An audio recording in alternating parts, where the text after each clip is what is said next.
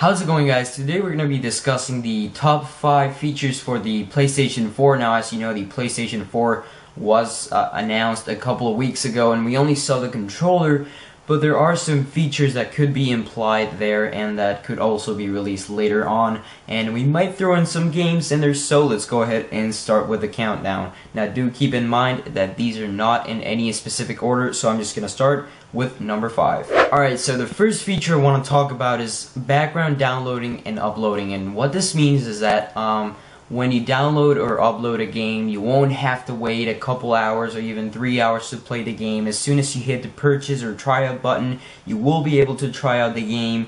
You won't have to wait as long as you had on the PlayStation 3, where you had to wait a couple hours to play whatever game. Now, you did have the option to be playing another game or watching another movie while you downloaded whatever demo or game you wanted, but on the PlayStation 4, as soon as you press the try out button, you will be able to start the game and try it out, which is really nice. The next feature I want to talk about is the controller. The controller is being completely redesigned, literally. If we see here on the PlayStation 3 controller, there's going to be a trackpad or a touchpad here in the middle, which is going to be pretty awesome, like the PS Vita. It's going to allow for more games to have a lot more complex settings and features and stuff like that, which is going to be pretty awesome, and it's going to be a very good addition. So the Xbox 720, or whatever it's going to be called, is going to have to step it up, because the PlayStation 4 is going to have a pretty sweet controller, which was actually the only thing we saw on the keynote that lasted for about 2 hours, and everyone was waiting for the PlayStation 4 to be released, but we only saw the controller.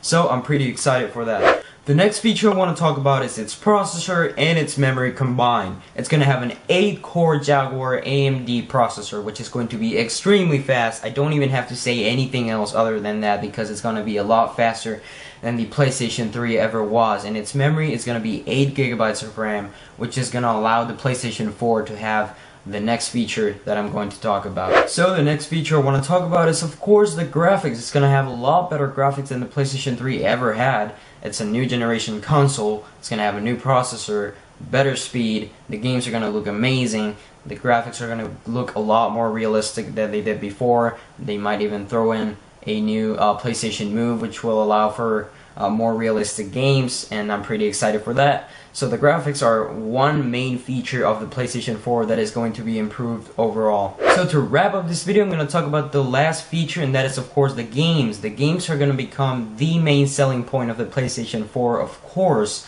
And there's going to be new games like Call of Duty games and Battlefield games. There's a new Killzone game coming out. There's an awesome new game as well called Watching Dogs, which looks amazing. And of course, GTA 5. We can't laugh that aside, right? Because that is going to be amazing if they release it for the PlayStation 4 or the PlayStation 3. We don't know yet. But the games are definitely going to be amazing. So that was it, guys. I hope you enjoyed this video, and I hope it was informative for you. I hope you got some information out of it. And don't forget to tell me in the comments down below which feature or game you guys are most excited for. And don't forget to leave a like on this video and hitting the subscribe button if you haven't already. Thank you, guys. I'll see you on the next video.